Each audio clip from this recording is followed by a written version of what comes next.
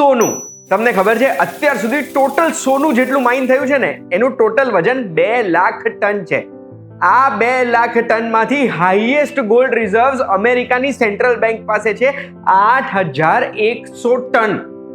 આપણા દેશની વાત કરીએ તો આપણા પાસે દુનિયાના 9th હાઈએસ્ટ ગોલ્ડ રિઝર્વ્સ છે 869 ટન, એટલે આપણા કરતા લગભગ 9 ગણા રિઝર્વ્સ અમેરિકા પાસે છે, દુનિયાના હાઈએસ્ટ.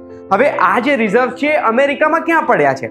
તો એમ તો ઘણી બધી જગ્યાએ છે, પણ આમાંથી હાઈએસ્ટ રિઝર્વ્સ ફોર્ટ નોક્સમાં પડ્યા છે, જે એક મિલિટરી એકેડમી છે, જેમાં વર્ષે એક વખત મિલિટરીનું કંઈક ઇવેન્ટ પણ થાય છે. પણ મેઇન કામ આ જગ્યાનું છે અમેરિકાના ગોલ્ડ રિઝર્વ્સ સાચવવા. પણ આ જે ગોલ્ડ રિઝર્વ્સ ત્યાં પડ્યા છે એનું ઓડિટ છેલ્લા 70-80 વર્ષમાં ખબર છે કેટલી વાર થયું છે? ફક્ત 2 વખત. અને એટલે જ ડોનાલ્ડ ટ્રમ્પ અને ઇલોન મસ્ક બંને કહી રહ્યા છે કે આ ફોર્ટ નોક્સમાં જે ગોલ્ડ પડ્યું છે એ ગોલ્ડનું ઓડિટ જરૂરી છે.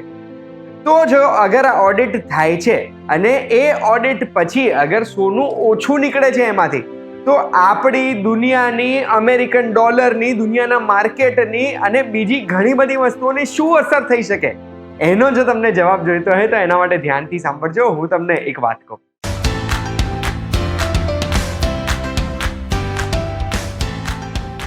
એક વાત કહું, આપનું સ્વાગત છે. મારું નામ છે ગુંજ ઠક્કર અને અમેરિકામાં જ્યારથી ડોનાલ્ડ ટ્રમ્પની ચૂંટણી થઈ છે ત્યારથી દુનિયાભરનો માહોલ ખરાબ છે. ભારતમાં શેર બજાર પડ કરી રહ્યું છે, કારણ કે ભારતમાં એવું કહી રહ્યા છે કે ત્યાં ટેરિફ લગાડશે અમેરિકામાં, એના ભયથી પડી રહ્યું છે.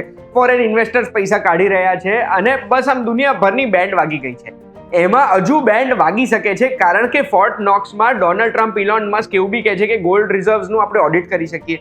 હવે આ ઓડિટ થાય ને તો 2 જ સિનારીઓ સામે આવી શકે. પહેલો સિનારીઓ છે કે એમને જેટલું લખેલું છે એ બધું ગોલ્ડ અકાઉન્ટેડ રહે અને બધું ગોલ્ડ જેટલું લખેલું છે એટલું ત્યાં આગળ મળી આવે. હવે જો બધું ગોલ્ડ મળી આવે ને તો પણ એક ફાયદાવાળો સિનારીઓ છે અમેરિકા માટે. સિનારીઓ શું છે કે અત્યારે આપણે અમેરિકન ગોલ્ડ રિઝર્વ્સ જોઈશું ને તો એ રિઝર્વ્સ $42 પર આઉન્સના ભાવે છે. એનો મતલબ છે કે જ્યારે રિઝર્વ કર્યા હતા ત્યારનો સોનાનો ભાવ ગણ્યો છે. આજનો સોનાનો ભાવ $3,2900 પ્રતિ આઉન્સનો છે. એટલે જો અગર જેટલા 147 મિલિયન જેટલા ગોલ્ડ રિઝર્વ્સ છે ફોર્ટ નોક્સમાં, એને રીવેલ્યુ કરી દે, રીઓડિટ કરીને આજનો ભાવ બી જો ગણી લે ને તો અમેરિકા પાસે $760 બિલિયન ચોપડે વધી જશે. આ $760 બિલિયન ના લીધે અમેરિકાની બેલેન્સ શીટ સ્ટ્રોંગ થશે અને એના લીધે શું થશે? અમેરિકી ડોલર સ્ટ્રોંગ થશે. પણ જો સિનારીઓ નંબર 2 આવે છે, જે સિનારીઓ નંબર 2માં થોડું પણ સોનું ઓછું આવે છે કે ઓછું વધતું ઓછું આવે છે, તો એવા સંજોગોમાં દુનિયા ડરી જશે. સોનું એક રિઝર્વ છે. એમ તો 1971માં અમેરિકાએ કહી દીધું હતું કે ભાઈ અમે જેટલું સોનું છે એટલી જ ડોલર ઇસ્યુ નહીં કરીએ. આપણે ડોલર અને સોનું એ બંને એકબીજા જોડે પેક્ડ નહીં હોય. 71 પહેલા કેવું હતું, જેટલું સોનાના રિઝર્વ્સ હોય અમેરિકા જોડે એટલા જ ડોલર ઇસ્યુ કરતા હતા. પછી છાપવાનું ચાલુ કરી દીધું. પણ 71 પછી આવું તો કીધું છે, પણ જો અમેરિકામાં અગર સોનું ઓછું વધતું નીકળે તો દુનિયાભરમાં એક માહોલ એવો થઈ જાય કે ગોલ્ડ એક સિક્યોરિટી છે, ગોલ્ડ એક લિક્વિડિટી છે. કોઈ પણ દેશ છે સોનું રાખે પોતાની પાસે, જેનાથી એ દેશ આમ સ્ટ્રોંગ દેશ ગણાય, કે આમ લોકોને એ દેશ ઉપર ભરોસો આવે. પણ જો સોનું ઓછું નીકળે તો તરત જ દુનિયાભરમાં ભયનો માહોલ થઈ જાય. લોકોને એવું લાગે કે અમેરિકન ડોલરની કિંમત ઘટી રહી છે, અને એ જે લાગે એના લીધે જે બધા દુનિયાના દેશ અમેરિકન ડોલર પોતાના રિઝર્વ્સમાં રાખી મૂકે છે એ પોતાના ડોલર્સ વેચવા લાગે. એ ડોલર વેચવા લાગે એના લીધે જે મેસિવ સેલ ઓફ થાય ને એના લીધે ડોલરનો ભાવ ભંબ કરીને પડી જાય. હા, રિકવરી થઈ જાય આગળ, પણ તરત ટૂંક સમયમાં તો, ટૂંકા ગાળામાં તો એ ડોલરનો ભાવ પડી જ જાય. હવે આ ડોલરનો ભાવ પડે ને તો પણ આમાં ફાયદો અમેરિકાનો છે, કારણ કે અમેરિકાના ફેડના ચેર જેરોમ પોવેલે હમણાં એક ઇન્ટરવ્યુમાં એવું કીધું કે અમેરિકન ડોલર ઓવરવેલ્યુડ છે અને એના લીધે થઈને અમેરિકાના જે ફિસ્કલ ડેફિસિટ છે ને અનસસ્ટેનેબલ છે. એનો મતલબ છે કે અમેરિકાનું જે અત્યારે $36 ટ્રિલિયન દેવું છે ને એ દેવું જે ગતિથી વધી રહ્યું છે એની સામે ઇકોનોમીનો ગ્રોથ નથી થઈ રહ્યો એ ગતિથી. એટલે ડોલરનો ભાવ જો પડે તો એનાથી બી અમેરિકાને ફાયદો થાય જ. પણ જો આટલું મોટું કાંડ થઈ જાય છે નાના ફાયદા માટે, તો અમેરિકન ગવર્મેન્ટ, અમેરિકાના રાષ્ટ્રપતિ ડોનાલ્ડ ટ્રમ્પ કે ઇલોન મસ્ક એ કેમ પ્રેશર કરી રહ્યા છે ફોર્ટ નોક્સના ગોલ્ડને ઓડિટ કરવા માટે? એના માટે મને મુખ્ય 4 ફાયદા દેખાયા છે. સૌથી પહેલો ફાયદો છે સોનાના ભાવ વધશે. એટલે જો ફોર્ટ નોક્સમાં સોનું ઓછું વધતું નીકળ્યું તો લોકો US ડોલર સેલ ઓફ કરશે અને પછી પૈસા રોકશે ક્યાં? તો સૌથી સેફ અને સિક્યોર ઇન્વેસ્ટમેન્ટ છે સોનું. એટલે લોકો, દેશ, દુનિયા બધા પૈસા રોકશે ગોલ્ડમાં, એના લીધે ગોલ્ડનો ભાવ વધશે. અમેરિકા ઓલરેડી દુનિયાનું સૌથી વધારે રિઝર્વ્સ લઈને બેઠું છે, અને થોડું જો રિઝર્વ્સ ઓછા વધતા થાય તો બી અગર જો ભાવ વધી જાય છે તો અમેરિકાને ફાયદો જ થવાનો છે, કારણ કે રીવેલ્યુએશન થવાનું છે. આ સેકન્ડ ફાયદો છે.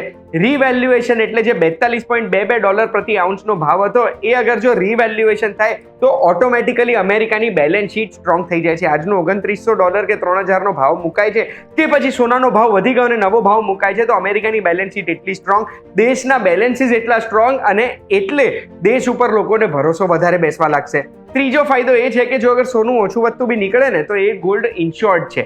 એટલે અગર જો ઓછું વધતું નીકળ્યું તો ઇન્સ્યોરન્સ કંપની એ ભોગવશે, અમેરિકાની સરકારે એ પૈસા ભોગવવાના નથી, અમેરિકાના નાગરિકોએ ભોગવવાના નથી. અને ચોથો ફાયદો છે ડોનાલ્ડ ટ્રમ્પ, ઇલોન મસ્કનો મને આમાં પર્સનલ દેખાય છે. એ લોકો પહેલેથી બિટકોઇન અને બીજી અલગ અલગ બ્લોકચેન ટેકનોલોજીના પ્રોત્સાહનની વાત કરે છે કે અમેરિકામાં એક બિટકોઇન રિઝર્વ હોવું જોઈએ. અમેરિકામાં સરકાર જે પૈસા વાપરે છે એ બ્લોકચેન ઉપર રેકોર્ડ થવા જોઈએ. બ્લોકચેન ટેકનોલોજી એવી ટેકનોલોજી છે જેમાં આપણી પાસે જો એડ્રેસ હોય, આપણી પાસે ટ્રાન્ઝેક્શન હોય તો આપણે જોઈ શકીએ કયા પૈસા ક્યાંથી જાય છે, કોને મળે છે. બધા અકાઉન્ટ ખુલ્લા હોય, ખાલી એવું ખબર ના પડે આ અકાઉન્ટ કોનું છે. અને અમેરિકા પાસે ઓલરેડી $19 બિલિયન તો બિટકોઇન છે જ. અને જો અગર અમેરિકન કરન્સી ઉપર કે સોના ઉપર કે આવી ગવર્મેન્ટ ઉપર ભરોસો ઉઠી જાય છે તો લોકો હેજ કરવાના છે પોતાના પૈસા બિટકોઇન કે પછી એવા કોઈ કરન્સીમાં જે ઓપન સોર્સ હોય, જે પ્રોત્સાહન ઓલરેડી ડોનાલ્ડ ટ્રમ્પ ને ઇલોન મસ્ક આપી રહ્યા છે. બેસિકલી જો ફોર્ટ નોક્સમાં અગર સોનું જેટલું છે એટલું મળે તો બી ફાયદો છે, અને જેટલું કીધું છે એટલું નથી મળતું તો પણ લાંબા ગાળામાં તો ફાયદો જ છે. અને એટલે જ આ ફોર્ટ નોક્સના ઓડિટની વાત ચાલી રહી છે. અગર તમને આ ઓડિટની વાત ખબર હતી પણ આ મેટર હવે સમજાય છે તો લાઈક બટન દબાવજો. અગર જો ઓડિટની માહિતી નથી અને એક વાત કોના માધ્યમથી ખબર પડી છે તો પણ લાઈક બટન દબાવજો. અને આ માહિતીથી તમને જો બજાર, દેશ, દુનિયા, જીઓપોલિટિક્સ બધું સમજવામાં થોડી સરળતા થઈ છે તો પણ લાઈક બટન દબાવજો. કંઈ પણ એડ કરવું છે તો કમેન્ટમાં મને કહેજો. અને આવી રીતે જ એક વાત કહું, જોતા રહેજો, આપણે ફરી મળીશું.